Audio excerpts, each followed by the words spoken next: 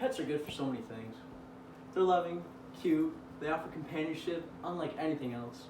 Our pets give us joy just by having them in our lives, and in return we give them food and our love too. Our pets, unfortunately though, however, might bring in little pests that you don't want and aren't so welcome. These little guys are called fleas. You gave us a bunch of fleas, didn't you? So, so if your pets get fleas, so will you. It's not very fun or safe when you get them. So I've done extensive amount of research over the past 2 or so months because my own household got infected with fleas. So I had a good head start in the amount of research before we even started this project. So today I'm going to share with you the process you want to take when you look at fleas on your pets, and the process of what to do when your pet does inevitably get fleas, so you yourself don't have them. So before going into the process of dealing with fleas, you have to see some fleas, or at least evidence of fleas, first. So I'm going to go over the process of finding fleas early on in your pets, so hopefully you avoid a fate filled with infestation. So fleas are parasites by nature because they suck blood, but technically they're insects, which is useful for figuring out when flea season is. So fleas, like most insects, aren't very active during the winter months due to the extreme cold.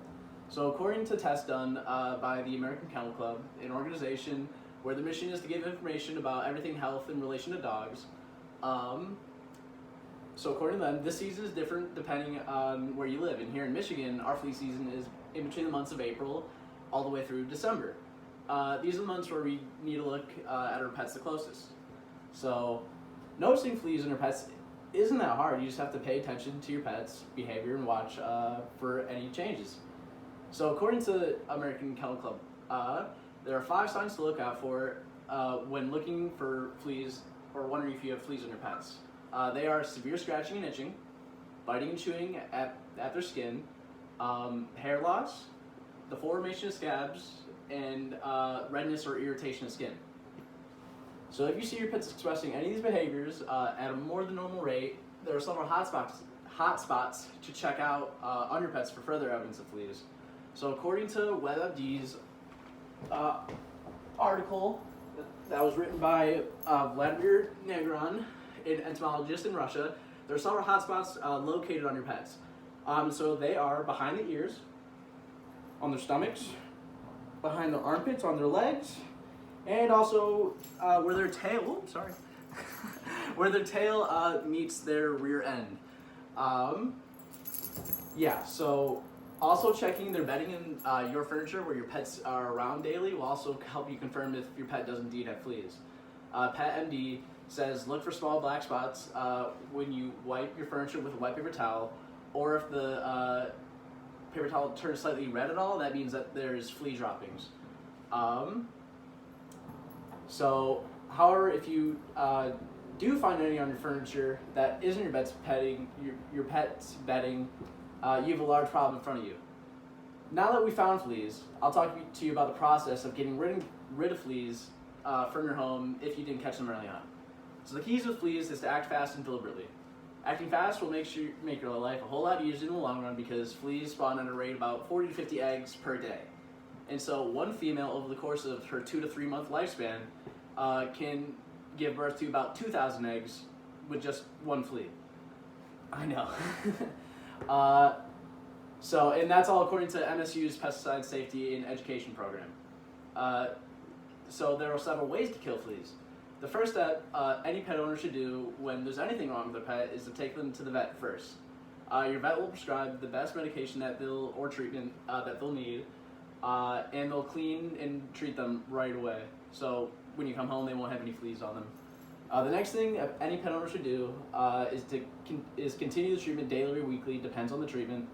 And a study done by Michael K. Rust, a well-known entomologist at the University of California, showed various results of certain medications, and this test showed a big comparison test between all medications given to dogs orally and topical treatments. So with that information, most topical treatments work between the ranges of 89 and 96% of ridding all fleas completely, and medication, like oral medication, has a range of 96 to 99% ridding fleas completely. So Yeah, these medications. The worst part about an infestation of fleas is the maintenance work that you have to perform on your pet in your house. So you have to keep on giving your pets the flea treatment, or else throughout the course of you having fleas in your house, fleas will keep on jumping back on them, and they'll just keep on starting the whole process over and over again. So while ridding fleas of your pets with treatment,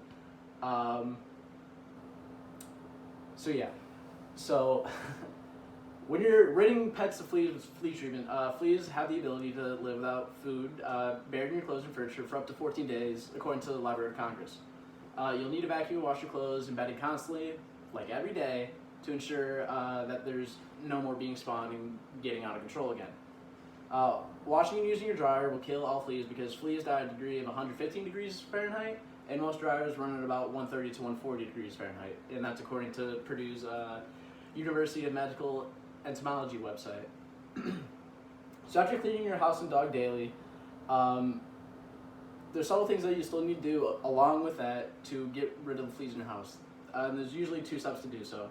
So one is hiring an exterminator, or the other is doing it yourself, which both use flea bombs. Flea bombs, they're basically just a toxic chemical gas that kills pretty much anything within range. So you'll have to get out of your house for that. And the American Kennel Society Art Club recommends going to the exterminator route because if fleas aren't gone, companies have usually a free rebombing, or they will give you money back.